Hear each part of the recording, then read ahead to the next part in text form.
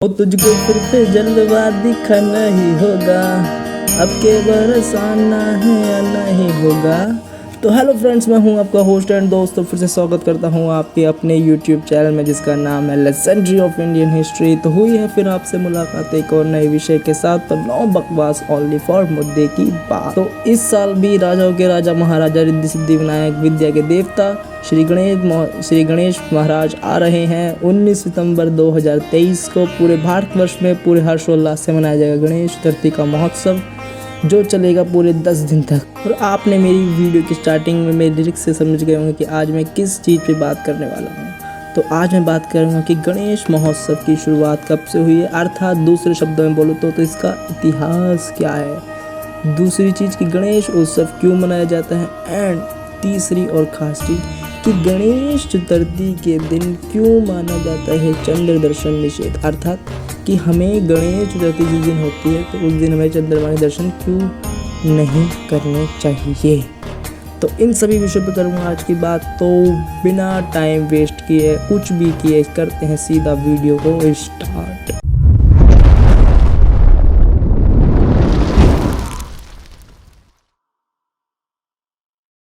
अब हम बात करते हैं कि गणेश चतुर्थी मनाई क्यों जाती है। तो इसको क्यों मनाया जाता है, तो उसका रीज़न ये है कि गणेश त्यौहार पूरे देश में बड़ी धूमधाम से मनाया जाता है, ये सबको पता ही है। तो इसके पीछे ना एक मुख्य वजह ये छुपी हुई है कि पुरानी कथाओं के अनुसार गणेश चतुर्थी के दिन माता पार्वती जी के पुत्र गणेश जी का जन्म हुआ था, इसलिए भाद्रपद मास के शुक्ल पक्ष की चतुर्थी के दिन हर साल गणेश चतुर्थी मनाई जाती है। मतलब क्या है, माता पार्वती जी के पुत्र हैं गणेश जी, उनका भाद्रपद मास शुक्ल पक्ष की चतुर्थी के दिन जन्म हुआ था, तो इसलिए गणेश चतुर्थी मनाई जाती है। और दूसरी कथा हिंदू पौराणिक कथाओं के अंदर ये भी है कि महर्षि वेदव्यास जी को पता हुआ कि उन्होंने महाभारत की रचना की थी, ठीक है, सबको पता ही है। लेकिन जब वो महाभारत की रचना कर रहे थे ना, तो उन्होंने एक प्रार्थना की थी कि गणेश जी को नहीं की कि गणेश जी आए और वो उनकी महाभारत को लिपिबद्ध करें, या जो वो श्लोक बोले उनको लिखते हैं। तो उसको एक थोड़ी सी स्टोरी बताता हूँ कि एक अन्य पुरानी कथा के मुताबिक महर्षि वेदव्यास जी ने भगवान गणेश जी से महाभारत की रचना को लिपिबद्ध करने की प्रार्थना की थी, जिसके बाद गणेश जी चतुर्थी के दिन ही वेदव्यास जी के श्लोक बोलना और गणेश जी ने उसे लिपिबद्ध करना शुरू कर दिया। बिना रुके 10 दिन तक लगातार लेखन किया और 10वें दिन गणेश जी पर धूल मिट्टी पर चढ़ गई। गणेश जी इस पर को साफ करने के लिए 10वें दिन सरस्वती नदी में स्नान किया और उसी दिन से गणेश चतुर्थी को मनाया जाता है। तो ये दो रीज़न है जिसकी वजह से गणेश चतुर्थी को मनाया जाता है। पहले बात करते हैं कि गणेश महोत्सव की शुरुआत किसने की, मतलब कि उसका इतिहास क्या है, कौन व्यक्ति है या कौन महिला है जिसने इसकी शुरुआत करी। तो गणेश महोत्सव की शुरुआत तो बहुत पुरानी है, मतलब इतिहासों में इसका वर्णन काफ़ी जगह मिला गया, लेकिन जो मुख्यतः हमें मिला है इतिहास से, तो वो इसकी शुरुआत ऐसे मानी जाती है कि छत्रपति शिवाजी महाराज, आई थिंक सब जानते होंगे छत्रपति शिवाजी महाराज को, और जो उनकी मातुश्री है श्री जीजाबाई, तो उन्होंने क्या करा, तो जीजाबाई जी ने इसकी शुरुआत करी। मतलब इस गणेश महोत्सव की शुरुआत उन्होंने पुणे के अंदर करी थी, एक छोटे से कस्बे छोटे से गांव पे।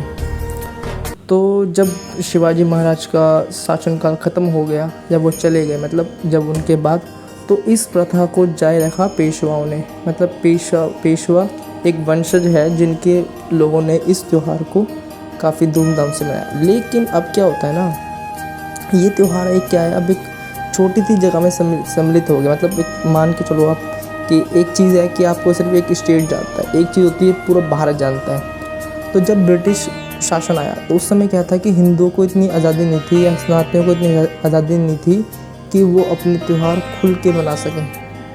तो ऐसे में क्या करा, ऐसे में माननीय श्री गंगाधर तिलक जी ने इस गणेश उत्सव को सर्वप्रथम महाराष्ट्र के अंदर सार्वजनिक क्षेत्र में मनाया और इसको एक राष्ट्रीय पहचान दी। तभी से गणेश उत्सव आज पूरे भारत में मनाया जाता है। लेकिन खासकर जो अभी भी है वो ये है कि ये महाराष्ट्र के अंदर बड़े धूमधाम से और बड़े लेवल पे मनाया जाता है, मतलब बहुत बड़े लेवल पे। लेकिन आज इस गणेश उत्सव को पूरा इंटरनेशनल का ग्लोबल लेवल पे पूरी दुनिया जानती है गणेश उत्सव होता क्या है। तो मतलब इनकी शुरुआत श्री मातोश्री जीजाबाई ने की थी। लेकिन इनको जो मान्यता दिलाई गई है वो श्री गंगाधर तिलक ने दिलाई गई है। हाँ, कहते हैं कि गंगाधर तिलक जी ने इसकी शुरुआत करी है, लेकिन शुरुआत उन्होंने नहीं करी, उन्होंने इसको कहते नहीं कि भाई स्टार्टिंग किसी और ने किया। हाँ, उस चीज़ को बढ़ाया है आगे, तो राष्ट्रीय लेवल पे जिसने बढ़ाया है तो माननीय श्री गंगाधर तिलक हैं, और जिन्होंने इसकी शुरुआत करी वो मातोश्री जीजाबाई जी हैं। आज के विषय का लास्ट टॉपिक और आज के सबसे खास टॉपिक जो बनाया है तो वो ये है कि हमें चंद्रमा के दर्शन चतुर्थी के दिन क्यों नहीं करने होते हैं।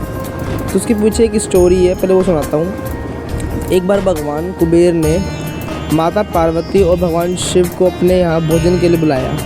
जब वे उनको यहाँ आमंत्रण देने गए तो माता पार्वती जी कहने लगी कि मैं तो आ नहीं सकती, और भगवान शिव बोले कि मैं कैलाश छोड़ के कहीं जाता नहीं हूँ। तो ऐसे में क्या हुआ, फिर जब उनको ज़्यादा विनती करने लगे कुबेर जी, तो उन्होंने फिर भगवान शिव ने कहा कि हम अपनी जगह अपने पुत्र गणपति को भेज देंगे। अब इनविटेशन जब दे के चले गए, मतलब उनको आमंत्रण दे के चले गए कुबेर जी, तो उनके निवेदन पर गणेश जी वहाँ उनके यहाँ भोजन करने गए। जब गणेश जी मूर्छक के साथ वहाँ से भोजन करके आते हैं, मतलब लड्डू खा के आते हैं जो उनका प्रिय चीज़ होती है, तो जब वे चंद्रलोक से आ रहे थे अपने मूषक से, तो वे गिर जाते हैं अपने मूषक से। तो ये देखकर चंद्रमा उनकी हंसी उड़ाने लगता है कि हाँ कितना मोटा पेट है ये वो, मतलब आप तो इतने आपका मूषक इतना छोटा, आप इतने बड़े शरीर के और गिर गए, तो उनको खूब मजाक उड़ाते हैं। तो ऐसे में क्या होता है ना, वो अपने गणेश जी बहुत गुस्सा हो जाते हैं, तो उनको श्राप देते हैं कि हे चंद्रमा, आज के दिन अगर तो कोई तेरा दर्शन करता है तो उसको बहुत पाप लगेगा।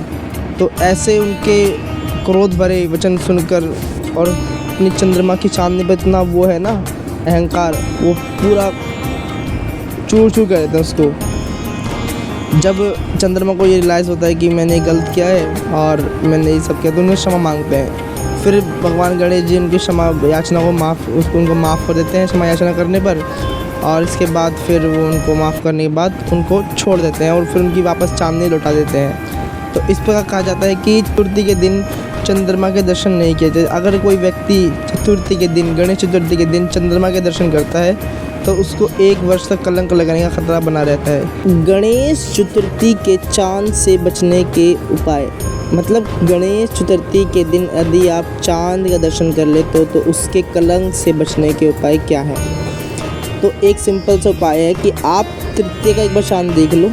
अगर गलती से आप चतुर्थी का चांद देख लेते हो तो उसके बाद पंचमी का चांद देख लो। तो उससे क्या होता है कि 14 जो चतुर्थी का चांद होता है उसका प्रभाव कम हो जाता है। आप कलंक लगता है पे लेकिन कम हो जाता है। जैसे कहते नहीं कोई गलती करी है और उसकी थोड़ी सॉरी मांग लो तो गलती थोड़ी कम हो सकती है, भगवान माफ़ भी कर देते हैं। तो ये चीज़ होती है कि अगर आप गलती से चंद्रमा का दर्शन कर लेते हो चतुर्थी का, तो तृतीय का चांद देख लो और पंचमी का चांद देख लो, उससे आपका प्रभाव चतुर्थी का चांद का प्रभाव कम हो जाता है। वीडियो अच्छी लगी हो तो लाइक कर देना, शेयर कर देना और कमेंट्स कर देना। अपने प्यारे विचार हमें कमेंट सेक्शन में जरूर दिया करें। और हाँ, सबसे खास चीज़, चैनल सब्सक्राइब कर देना और साइड में ना भाई बेल आइकन का बटन दे रखा है, उसको प्रेस करने का होता है, जिससे कि सारी नोटिफिकेशन मिलते रहे आपको टाइम टू टाइम। और फिर होगी आपसे मुलाकात किसी नए विषय के साथ। तो तब तक के लिए जय हिंद, जय भारत। और एक और चीज़, गणपति बप्पा मोरया, मंगल मूर्ति मोरया।